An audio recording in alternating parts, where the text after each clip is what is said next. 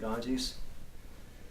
I think some of you can see, what inspired the name Ganges for these. If you ever see tourist videos of India and people bathing in the Ganges in the morning, many people will exit the Ganges and just sort of stand there in a meditative posture, and many will adopt this posture.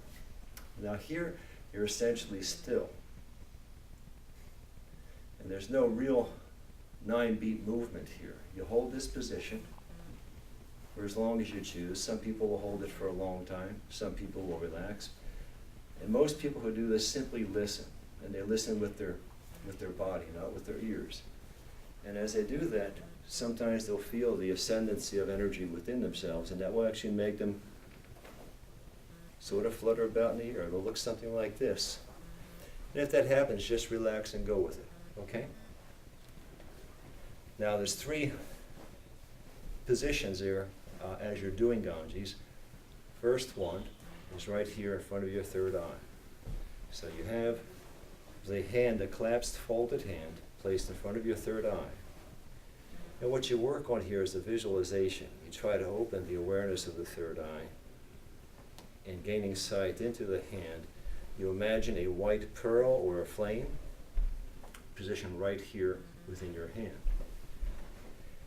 And I remember the first time I ever did this, it was like it happened as soon as I had the thought. Now there's so many distractions about, in my life, and usually in general circumstances of working out. It's not nearly so intuitive, but I think it's still happening just fine.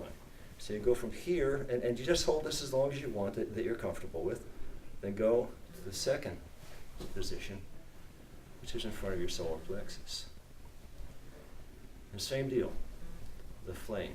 And this flame is basically you developing a consciousness of energy flow within your body by taking little symbols of it and putting them where you can see them and grasp them and intuitively move them. After that, you lower down to the Tanjun. And the Tanjun is not really at the navel, but you can sort of use the navel as a marker. You see my navel's here, my fingers are above it. That will help you out. I call this the inverted, well actually not the inverted heart. I call this the heart position of the hands. And if you look, it's sort of in a heart position. Heart like human heart.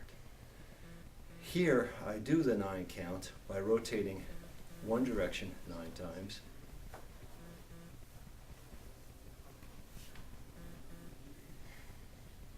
And the other direction 9 times.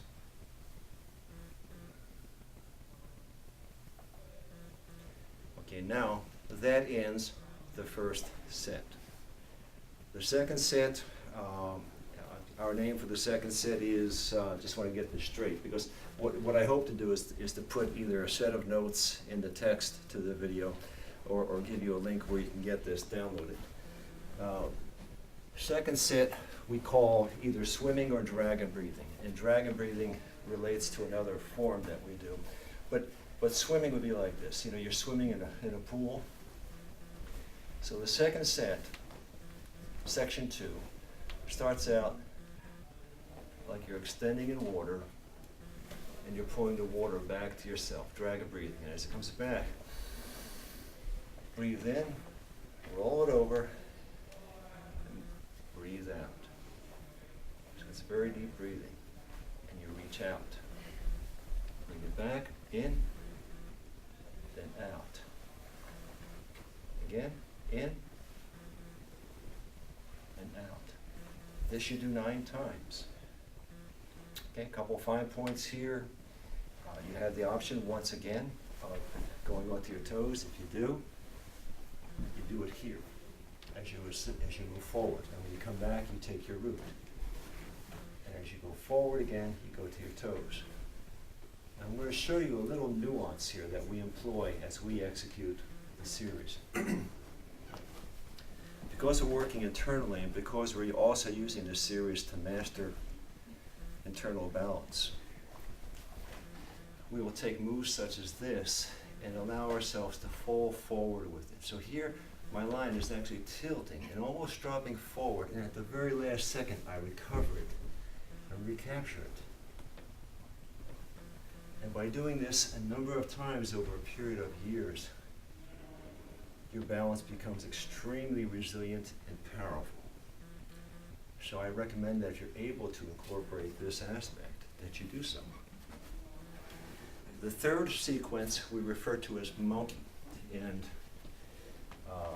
I'm using my cheat sheet here.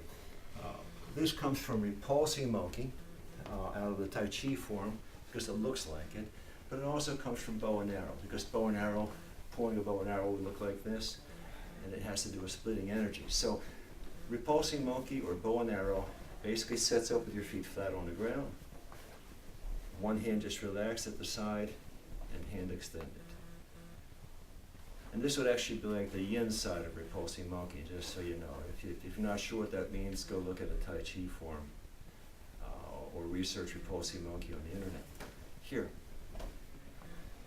And the trick here is everything that's happening in my hips, because the hips are the real connecting point of energy coming from the ground to your hands. And here, I'm doing this with zero resistance in my hips. So it's like my hips are two separate cylinders. My upper body is a cylinder and my lower body is a cylinder, and they're floating on a platform of high lubrication. You might just think of Vaseline or some sort of oily mass squeezed between the two cylinders so there's no friction. And that's the essence of this particular exercise. Now I do 9 times on the left and then I go 9 times to the right.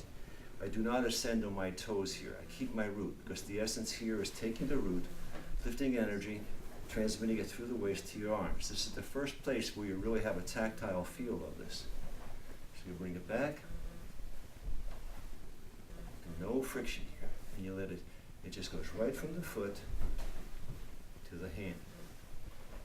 Right from the foot to the hand. Okay, got that? Now the next section we call playing piano because it sort of looks like that. But we also call it Mobius strip, M-O-B-I-U-S. And if you're not sure what Mobius is, check it up on the internet. Mobius is an infinite loop.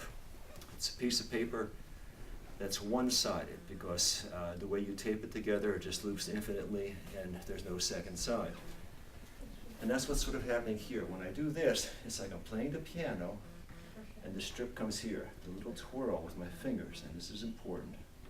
And it goes up, then it reverses. Okay? So 1.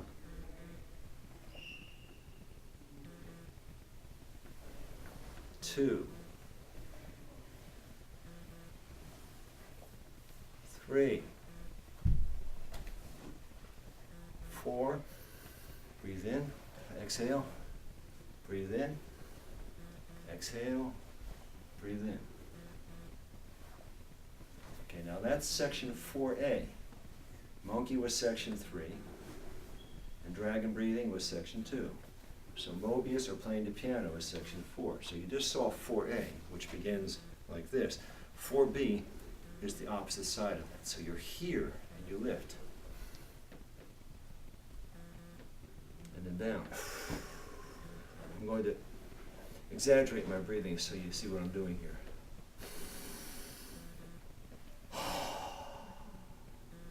This is not how you breathe when you do it, of course. Now, doing it normally. Normally it's very relaxed.